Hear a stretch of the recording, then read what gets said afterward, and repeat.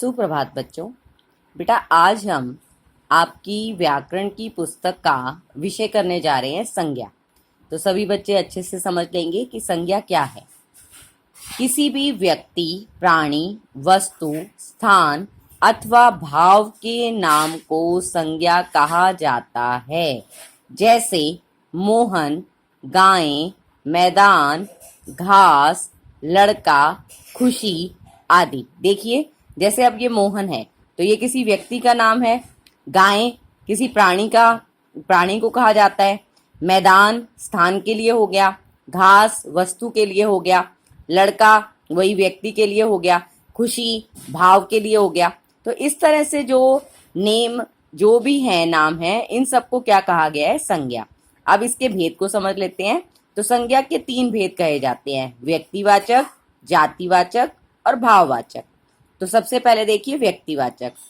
ऐसे शब्द जो किसी विशेष व्यक्ति, प्राणी, वस्तु या स्थान का बोध कराते हैं। मतलब कि जो कि खास हैं, जो कि प्रसिद्ध हैं, अपने उसी के कारण अपने प्रसिद्ध हो गए हैं, अपने जिस गुण के कारण वो जाने जाते हैं, तो उसके लिए कहा गया है उन्हें जो विशेष बन गए हैं, तो उन्हें क्या कहा जा रहा है? व्यक्तिवाचक संज्ञा। कैसे? जैसे व्यक्ति, अब भगत सिंह है तो हमें पता है देशभक्ति के कारण प्रसिद्ध हो गए। सचिन तेंदुलकर हैं तो क्रिकेटर हैं जैसे, तो आपको पता चल गया। तो विशेष व्यक्ति के लिए क्या है? तो वो किस में आ जाएगा? व्यक्तिवाचक संज्ञा में। प्राणी, अब जैसे घोड़ा है, हाथी है, अगर आपको सिंपल कहा जाए घोड़ा, हाथी, तो उसे आप विशेष में नहीं डालेंगे। लेकिन जब आपको उसका नाम बता दिया गया कि कौन सा घोड़ा, तो ये घोड़ा है महाराणा प्रताप का घोड़ा। कहते हैं कि महाराणा जो प्रताप जो थे, सम्राट थे, उनका जो घोड़ा चेतक था वो बहुत तेज दौड़ा करता था। तो अब ये स्पेशल किसी विशेष की बात कर दी गई, तो ये कौन सा हो जाएगा बेटा? व्यक्तिवाचक। ऐसे ही एरावत, अब ये जो हाथी है, ये एरावत नाम दे दिया गया है उसको, तो विशेष हाथी हो गया, तो इसके लिए क्या है? ये व्यक्तिवाचक में।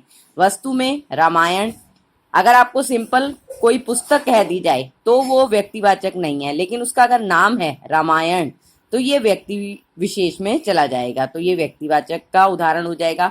शिव धनुष, अगर धनुष कहा जाता तो उसे हम व्यक्ति विशेष में नहीं करते, लेकिन शिव जी का धनुष, तो अब शिव धनुष हो गया, तो व्यक्तिवाचक संज्ञा है। स्थान दिल्ली और भारत, जैसे पर्टिकुलर किसी जगह का नाम ही आ गया तो वो किस में आ जाएगा? आपका व्यक्तिवाचक संज्ञा में। नेक्स्ट देखिए जातिवाचक संज्ञा।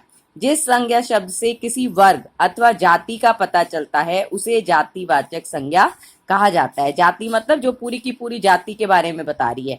अब यहाँ पे भी वही 4 व्यक्ति, प्राणी, वस्तु, स्थान, लेकिन चारों में देखिए क्या अंतर आया है व्यक्तिवाचक और जातिवाचक में। व्यक्तिवाचक तो किसी विशेष व्यक्ति की बात कर रहा था, किसी विशेष स्थान की बात कर रहा था, लेकिन ये जाति की बात कर रहा है। जैसे व्यक्ति में लड़का, वकील, अध्यापक। अब अध्यापक कहते ही आपको पता चल गया कि वो क्या है, क्या उनका है व्यवसाय, क्या है? अध्यापक। तो यानी कि अध्यापक पूरी जाति को बता रहा है। वकील पूरी जाति का सिंबल हो गया। लड़का जाति के बारे में बता रहा है कि अगर लड़की कहा जाता है, लड़का कहा जाता है, तो आपको पता चल रहा है जाति के बारे में। ठीक है। ऐसे ही प्राणी, कबूतर, बंदर, खरगोश, अगर इस तरह से आपको जाति का पता चल रहा है। अब खरगोश से अब क्या है? पूरी जाति का पता चल रहा है कि खरगोश जाति के बारे में। बंदर है तो जाति का, कबूतर, इस तरह से जातिवाचक संज्ञा का एग्जाम्पल रहेगा। वस्तु में पुस्तक, गिलास, कार, कुछ भी है तो वो सारी वस्तुएं जो हैं वो जातिवाचक संज्ञा में आएंगी। स्थान में मंदिर है, बगीचा है, पहाड़ है, कुछ भी आ जाए तो ये सारा, चाहे वो विद्यालय है, तो ये सारी चीजें क्या हो जाएंगी? आपकी जातिवाचक संज्ञा में जाएंगी। नेक्स्ट देखिए भाववाचक संज्ञा। जो शब्द किसी व्यक्ति, वस्तु अथवा स्थान के गुण, दशा, अवस्था, स्वभाव या भाव आदि का बोध कराते हैं उन्हें भाववाचक संज्ञा कहते हैं। जैसे गुण, दोष, अवस्था और भाव, मतलब जहां पे आपको उसकी क्वालिटी का पता चल रहा है, उसकी दोष का पता चल रहा है, वो सारे किस में आ जाएंगे? आपके भाववाचक संज्ञा में।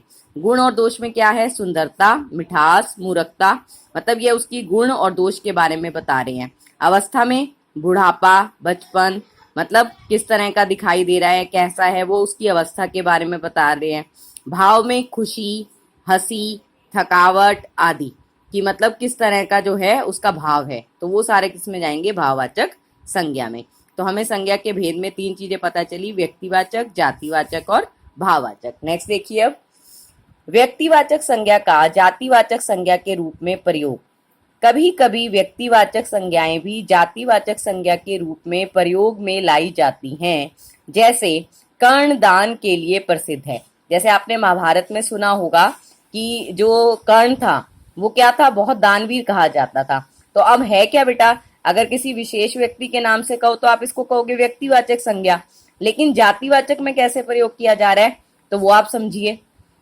और श्रवण कुमार का नाम आपने सुना होगा पितृभक्ति के लिए, कि किस तरह उसने अपने अंधे माता पिता की सेवा की थी, तो श्रवण कुमार का नाम भी लिया जाता है। तो वैसे ही अब यहाँ पे बताया गया है कि किस तरह ये दोनों ही हैं तो व्यक्तिवाचक संज्ञा के एग्जाम्पल्स, दोनों का नेम, क्योंकि वो प्रसिद्ध व्यक्ति हैं इसलिए व्यक्तिवाचक संज्ञा है। लेकिन जातिवाचक के रूप में कैसे प्रयोग हो रहा है तो ये समझिए।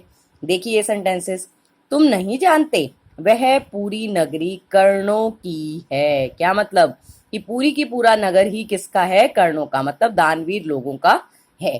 तो अब व्यक्तिवाचक का क्या है बेटा, जातिवाचक के रूप में प्रयोग किया जा रहा है। ऐसे ही कलयुग में भी श्रवण कुमारों की कमी नहीं है।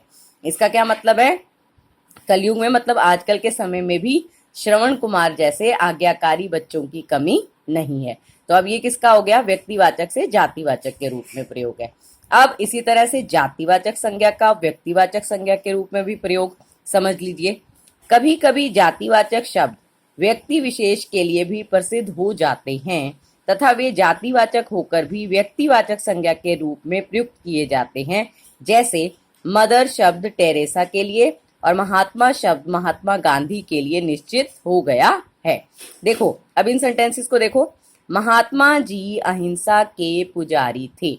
अब वैसे अगर हम देखें तो महात्मा शब्द कहते ही आप कहोगे जी ये तो जातिवाचक संज्ञा है, लेकिन यहाँ पर्टिकुलर किसी एक व्यक्ति के लिए आ गया तो जातिवाचक संज्ञा का व्यक्तिवाचक संज्ञा के रूप में प्रयोग हो गया। महात्मा जी अहिंसा के पुजारी थे।